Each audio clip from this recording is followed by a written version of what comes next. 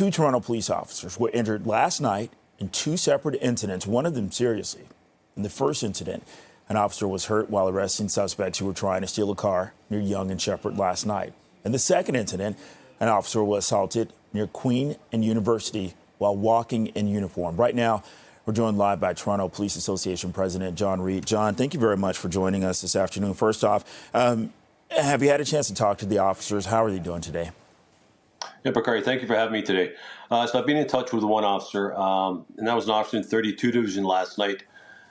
During the course of the arrest, he ended up sustaining a very serious injury to his leg, and unfortunately is recuperating now in hospital and have to undergo some surgery.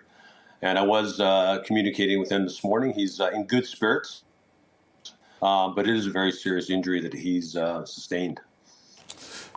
John, when you hear about these, what do you think about the state of affairs right here in the city of Toronto, you know, when it comes to just overall safety and then when it comes to being a police officer, trying to maintain the peace here?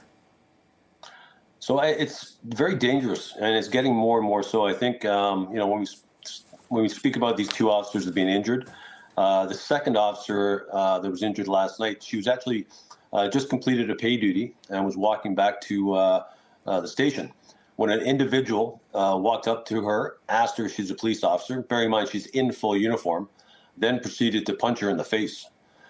This man actually was apprehended with the assistance of some bystanders and placed under arrest.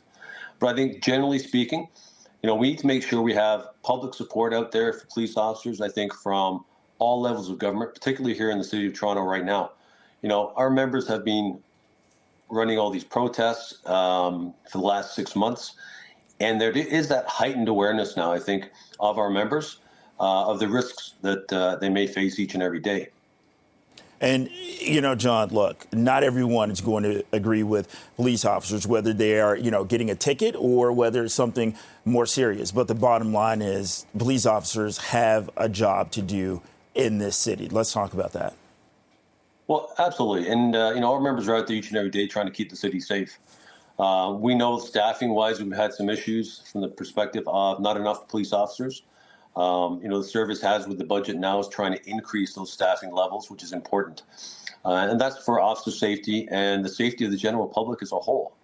I am looking forward to the increased numbers, but I think each and every day an officer kind of goes out into the field, they realize and they accept the fact that they could get injured and or actually killed. Our hope always is that nothing like that ever happens. But, having injuries such as these aren't uncommon for officers. A lot of the time, it's not reported in the media. So I'm actually very happy to see that, your CP24 is actually picking up on it and putting that information out there to the public.